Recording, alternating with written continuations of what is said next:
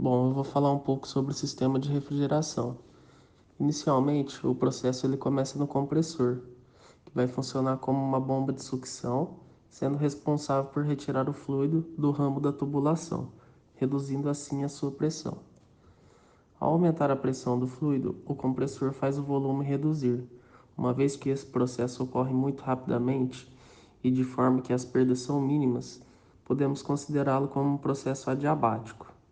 O trabalho que o compressor realiza é responsável pelo aumento da energia interna do fluido e, consequentemente, pela elevação da sua temperatura.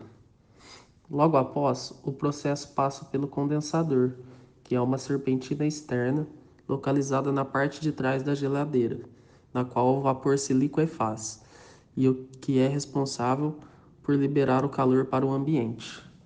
Em seguida, temos o secador, que é responsável por reter as partículas de impurezas e de umidade.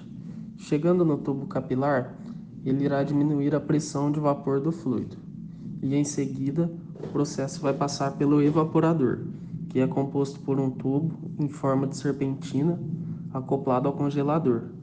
Para passar ao estado gasoso, o fluido absorve a energia na forma de calor do congelador e, ao sair do evaporador, chega ao compressor, recomeçando o ciclo. Bom, para o começo de questão, precisamos determinar a vazão máxima necessária do fluido de refrigeração R134A na serpentina do evaporador, para que o triclorocilano possa permanecer nas condições ideais de armazenamento. Portanto, nós começamos pela ideia de usar a fórmula do balanço de energia, que seria Q igual a M vezes Cp, média das temperaturas, vezes ΔT. Bom, nessa equação, a quantidade de calor transferido depende da massa e do calor específico. O calor específico depende da temperatura que está o triclorocilano. Então, nesse caso, precisamos ter o calor específico médio dessas temperaturas, e também multiplicado pela diferença dentre essas temperaturas. Bom, para achar o calor específico deste líquido, fomos atrás de diversas maneiras e a maneira mais fácil e simplificada foi encontrada em um livro de termodinâmica para químicos e bioquímicos, do Dennis Sherwood e Paul Dalby, onde a fórmula descrita é Cp igual a mais Bt mais Ct ao quadrado mais dt ao cubo mais E sobre T ao quadrado, sendo T a temperatura em Kelvin dividido por 1000 a ser calculado do parâmetro, enquanto A, B, C, D e E são tabulados. Bom, aqui está a tabela da onde retiramos nossos A, B, C, D e E no parâmetro de 303,15 kelvins e 268,15 kelvins. A referência do livro do Chase, de 1998, e eu vou deixar o link.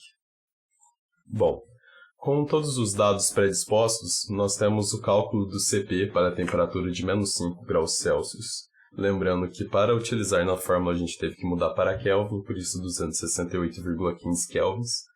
E para a temperatura de 30 graus Celsius também temos predispostos todos os dados e a conta. Com isso, nós temos o cálculo do Cp médio, que seria o Cp da temperatura de menos 5 graus, mais o Cp da temperatura de 30 graus dividido por 2. Com todos os dados predispostos, nós podemos voltar na fórmula do Q igual a M vezes Cp vezes ΔT. Com todos os dados, nós chegamos a Q igual a menos 9.295.370,491 joules. O que esse número negativo indica? O número negativo indica que deve ser retirado a energia do triclorocilano. Com isso, nós podemos calcular a taxa de calor no intervalo de 40 minutos. Para calcular essa taxa de calor no intervalo de 40 minutos, nós pegamos a taxa de calor e dividimos por 40 minutos, só que em segundos, o que dá 40 vezes 60. Com a taxa de calor do triclorocilano calculada, nós podemos usar da mesma estratégia e calcular a taxa de calor do fluido refrigerante, utilizando esse dado que nós temos predisposto. Entretanto, nós temos o problema descrito no desafio. O fluido refrigerante passa por uma mudança de fase, e essa mudança de fase gera um vapor superaquecido e um vapor saturado. E essa qualidade é de 20%. Dessa forma, nós igualamos a taxa de calor do triclorocilano com o seguinte balanço de energia do fluido refrigerante, que é: a taxa de calor do triclorocilano é igual a 0,8 vezes a vazão máxima vezes a entalpia de vaporização mais a vazão máxima vezes a entalpia de saída menos a entalpia de entrada do fluido refrigerante. Então, isolando a vazão máxima, nós temos que vazão máxima é igual à taxa de calor transferido do triclorocilano dividido por 0,8 vezes a entalpia de vaporização mais a entalpia de saída menos a entalpia de entrada do fluido refrigerante. Com isso, chegamos no valor da vazão máxima, que é 0,0229 kg por segundo. Questão 2. Calcular a energia cinética específica do fluido de refrigeração antes da entrada do compressor. No cálculo da energia cinética, a gente usa a seguinte expressão: energia cinética é igual a massa vezes a velocidade ao quadrado dividido por 2. Mas como a massa do gás é desprezível, obtemos a seguinte fórmula: energia cinética é igual a V ao quadrado dividido por 2, onde V é a velocidade do fluido na saída. A velocidade do fluido na saída é dada pela seguinte equação: V é igual a vazão máxima vezes o volume dividido pela área, sendo que a área é a área da seção transversal da tubulação.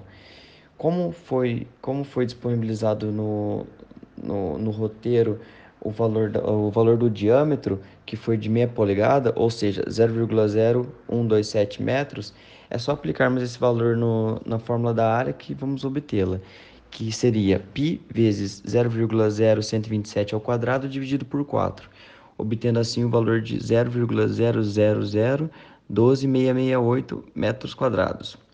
Tendo o valor da área, é só aplicar no valor da velocidade, que ficaria 0,0229, que é a vazão máxima, vezes 0,187465, que é o volume específico nas condições de saída, dividido por 0,00012.668, que é a área.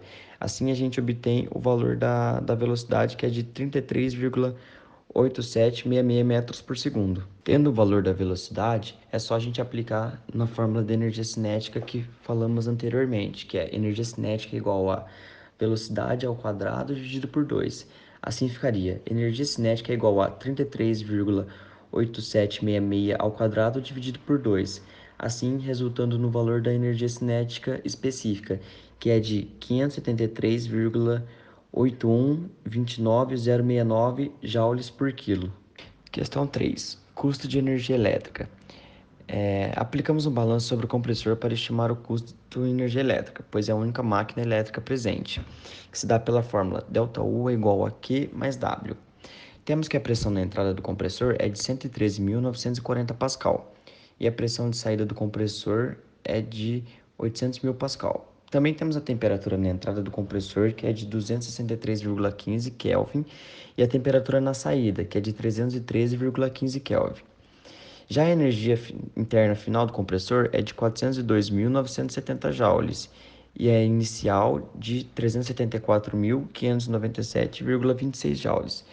Como a variação da energia é macroscópica, obtemos ela pela seguinte fórmula: ΔU é igual a energia interna final menos energia interna inicial vezes a vazão máxima vezes 60 vezes 40. Aplicando os valores nessa fórmula, fica o seguinte: ΔU é igual a 402.970 menos 374.597,26 vezes 0,0229 vezes 60 vezes 40, obtendo assim o valor de 1.558.797,26 joules. Feito isso, nós devemos estimar a quantidade de energia elétrica para exercer o trabalho de compressão no processo. Tendo em mente que 60% da energia do processo, a energia utilizada no processo é perdida na forma de calor para a vizinhança, a gente encontra o trabalho considerando que ele corresponde a 40% da variação de energia interna. Ou seja, W é igual a 0,4 vezes ΔU, que é a variação de energia interna. Tendo assim, W é igual a 1.558.797,86 vezes 0,4, obtendo assim o valor de 623.519,14 joules do trabalho. Já que encontramos o trabalho do compressor, agora devemos transformar esse valor em quilowatts por hora para estimar o custo de energia elétrica em cada compressão. A gente transforma esse valor em quilowatts por hora dividindo o trabalho por 3.600. Como o valor do trabalho é de 623.519,14, dividindo esse valor por 3.600, obtivemos o valor de 173.199.762. Agora, para finalizar e descobrir o custo de energia elétrica estimado, é só a gente pegar esse valor que convertemos em quilowatts por hora pelo custo do quilowatts por hora na região. Como nessa região o custo é de 90 centavos, é só multiplicarmos 173,199,762 por 0,90.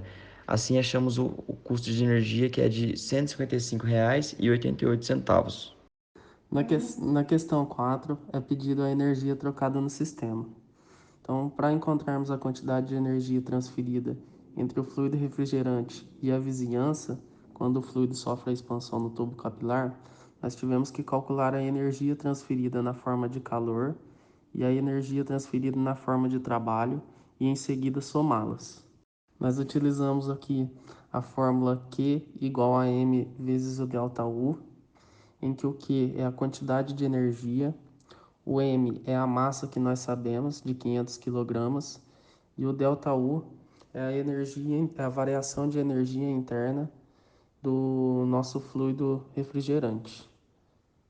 Aí então aqui eu quebrei, né, essa fórmula em duas etapas, em que o Q1 ele ficou a energia realizada na forma de trabalho, que é equivalente a 40% do, do nosso sistema.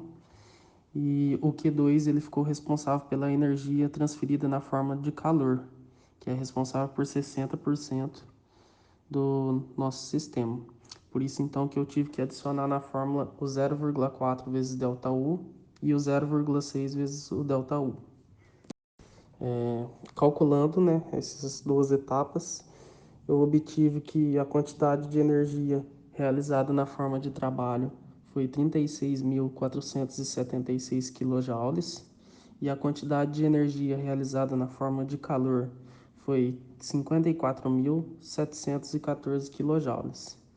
E aí, somando, né, esses dois valores, a gente obteve aí qual foi a energia total transferida entre o fluido refrigerante e a vizinhança, que foi um total de 91.190 kJ.